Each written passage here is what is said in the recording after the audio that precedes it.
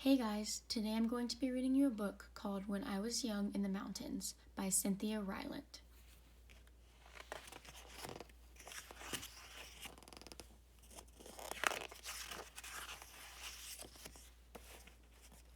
When I was young in the mountains, Grandfather came home in the evening covered with the black dust of a coal mine.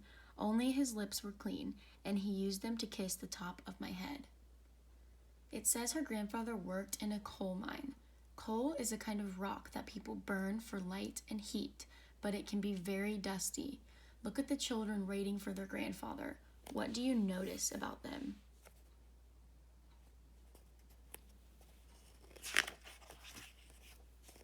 When I was young in the mountains, Grandmother spread the table with hot cornbread, pinto beans, and fried okra. Okra is a vegetable.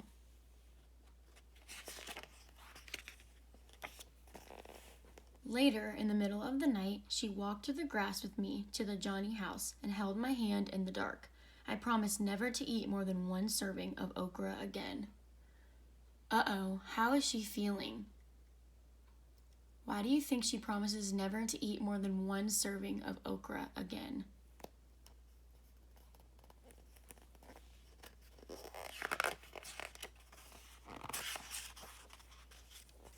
When I was young in the mountains, we walked across the cow pasture and through the woods carrying our towels. The swimming hole was dark and muddy, and we sometimes saw snakes, but we jumped in anyway.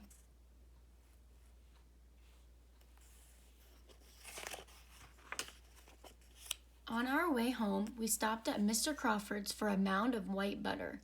Mr. Crawford and Mrs. Crawford looked alike and always smelled of sweet milk.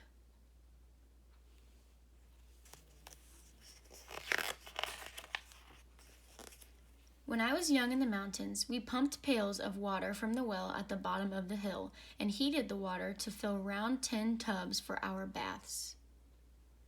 Look at how they're getting water. Think about how this is really different from the way we get water for drinking and bathing.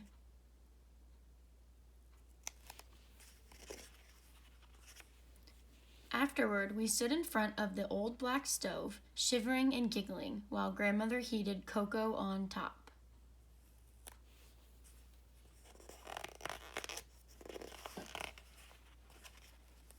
When I was young in the mountains, we went to church in the schoolhouse on Sundays and sometimes walked with the congregation through the cow pasture to the dark swimming hole for baptisms.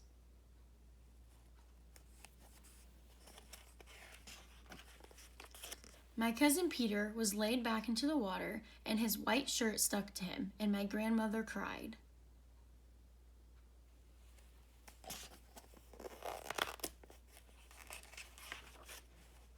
When I was young in the mountains, we listened to frogs sing at dusk and awoke to cowbells outside our windows.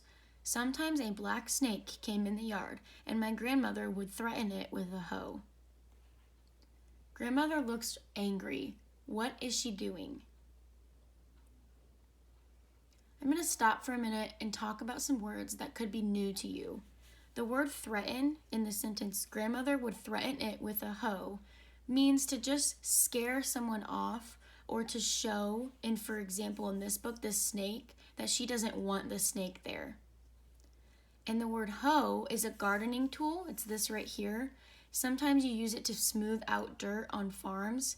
In this case, she's using it to scare away the snake so it doesn't hurt her animals.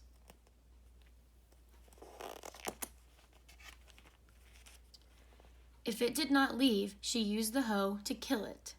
4 of us once draped a very long snake, dead of course, across our necks for a photograph.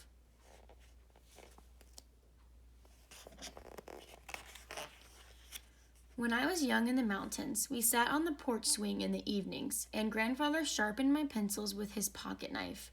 Grandmother sometimes shelled beans and sometimes braided my hair. The dogs lay around us, and the stars sparkled in the sky. A bobwhite whistled in the forest. Bob, Bob, Bobwhite. You can almost imagine what it would be like to be with this family on a quiet night on the porch. As I'm finishing up the book, think about what it would be like for her in the mountains when she was young.